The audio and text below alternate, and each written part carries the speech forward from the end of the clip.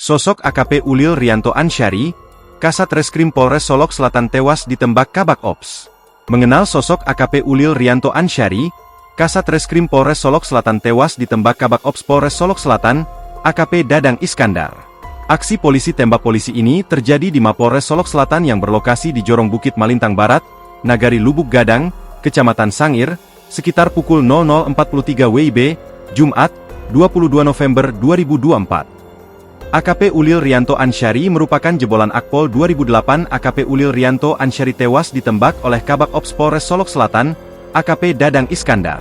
Ia lahir di Makassar 12 Agustus 1990. AKP Ulil Rianto Ansyari menjabat sebagai Kasat Reskrim Polres Solok Selatan selama 11 bulan 29 hari. Sebelum itu, ia pernah menjabat Kapolsek Madukara, Banjarnegara.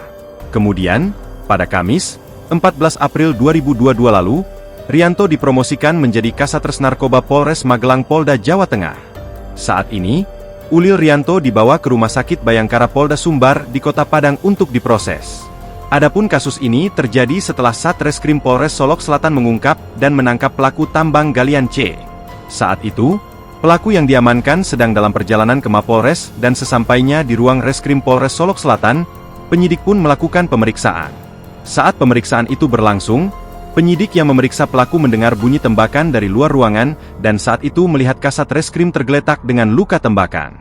Sementara itu, Kabak Ops yang diduga sebagai pelaku terlihat pergi meninggalkan Mapolres dengan mobil dinas Polri. Saat dibawa dan diperiksa di puskesmas setempat, Ulil Rianto terkena 2 tembakan di bagian kepala, yakni di bagian pelipis dan pipi kanan. Kabak Ops diduga menembak menggunakan senjata api pendek jenis pistol. Barang bukti tersebut sudah diamankan bersamaan dengan beberapa selongsong peluru.